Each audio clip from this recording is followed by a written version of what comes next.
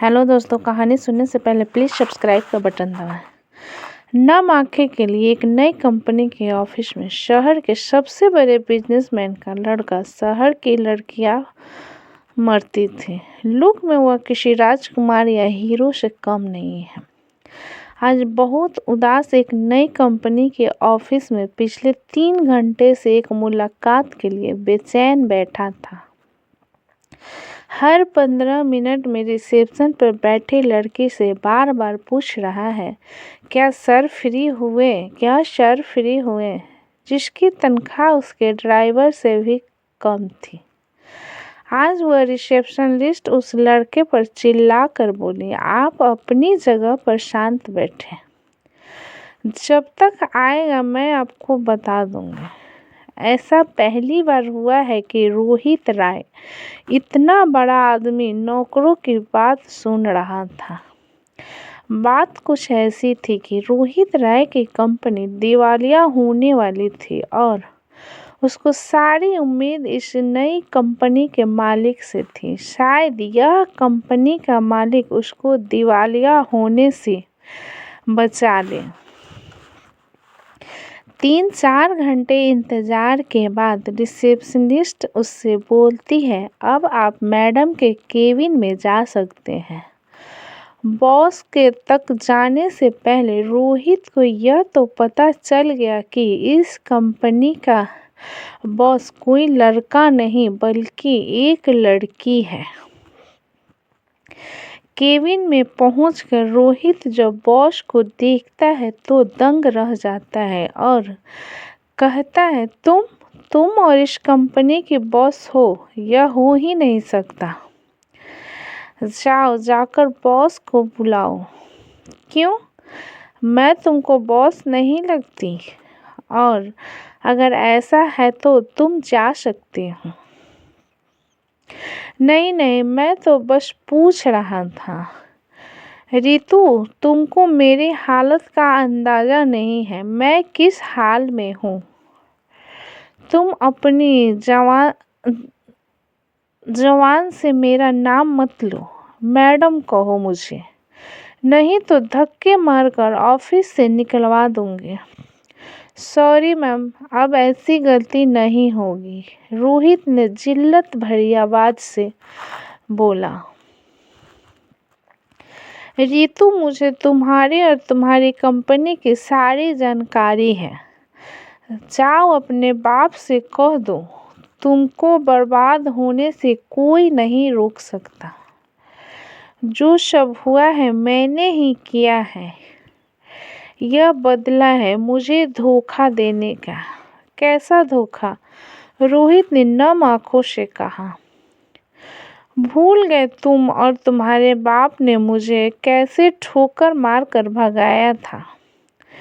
तुम्हारे बाप ने तो मुझे गंदा खून तक कहा था। मेरे पूरे परिवार को आधी रात में घर छोड़कर जाना पड़ा। इतना सब करके तुम भूल गए सब। यह तुम क्या कह रही हो रितु? मैंने तो ऐसा कुछ भी नहीं किया। मैं तो चाह कर भी उस दिन अपना वादा पूरा नहीं कर पाया। बस इतनी सी बात है। क्या तुमको नहीं पता क्या हुआ था? उस दिन मैं अपना सारा घर बार छोड़कर अपनी जिंदगी को दांव पर लगाकर तुम्हारे साथ अपनी जिंदगी बसाने आती थी। मैंने 4 घंटे इंतजार किया। उस रात का आंधी तूफान भी मुझे तुम्हारे पास आने से नहीं रोक सका। उस तेज बारिश में 4 घंटे खड़े खड़े मैंने अपने अरमानों को जलते देखा। तुम्हारे बाप ने धमकी दी, अगर मैं यह शहर छोड़कर नहीं गई तो मेरी छोटी बहन कहीं मुंह दिखाने के काबिल नहीं रहेगी। तुम्हारा बाप 20 लोगों के साथ मेरे घर पर आया और मेरा घर जला कर गया और तुमको कुछ भी नहीं पता।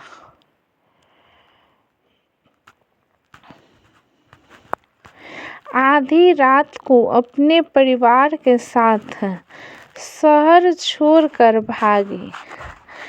कैसे मेहनत मजदूरी कर मैंने अपने परिवार को पाला, छोटी बहन को पढ़ाया। तुम्हें कुछ भी नहीं मालूम। तुम्हें कैसे मालूम होगा? तुम तो अपने महल में आराम से सो रहे होंगे। तुम तो सबसे रईस बाप के औलाद, जिसकी गंदी लड़की से प्यार हो गया था।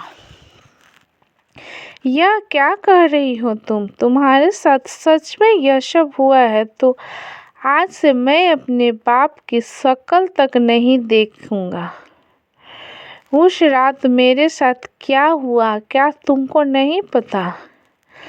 जब मैं तुमसे मिलने आ रहा था तब मेरे पिता ने मुझे मेरी मरी हुई माँ की कसम देकर रोक दिया। मैं चाह कर भी उस दिन तुमसे मिलने नहीं आ पाया।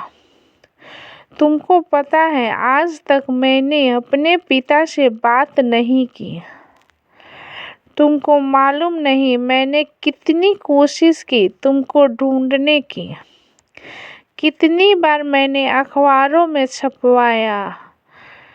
तुमने तो पढ़ा होगा, रोहित इंटरनेट से कुछ पेपर की कटिंग निकाल कर रितु को दिखाता है।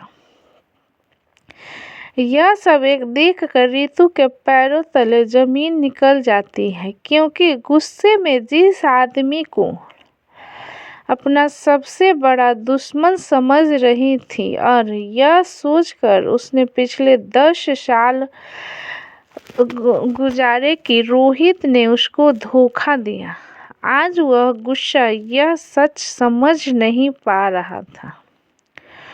दोनों एक दूसरे से लिपट कर जोर जोर से रोने लगे और दोनों अपने अतीत को याद करने लगे।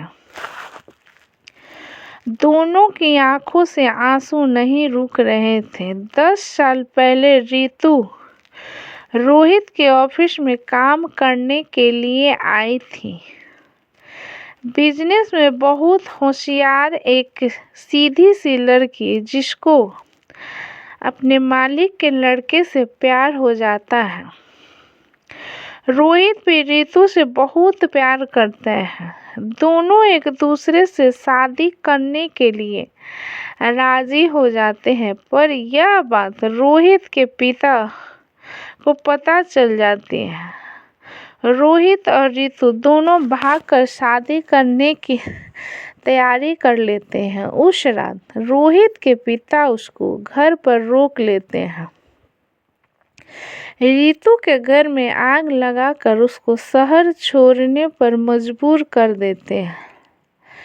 दूसरे शहर में दर-दर की ठोकर खाकर बड़ी हुई रितु आज एक बड़ी कंपनी की मालिक बन जाती है। वह रोहित की कंपनी को जब चाहे तब मसल कर रख सकती है। इसी बात का बदला लेने के लिए रितु वापस उस शहर आई थी, पर जब उसको रोहित के प्यार और सच्चाई का पता चला तो वह उससे गले लगाकर रोने लगी।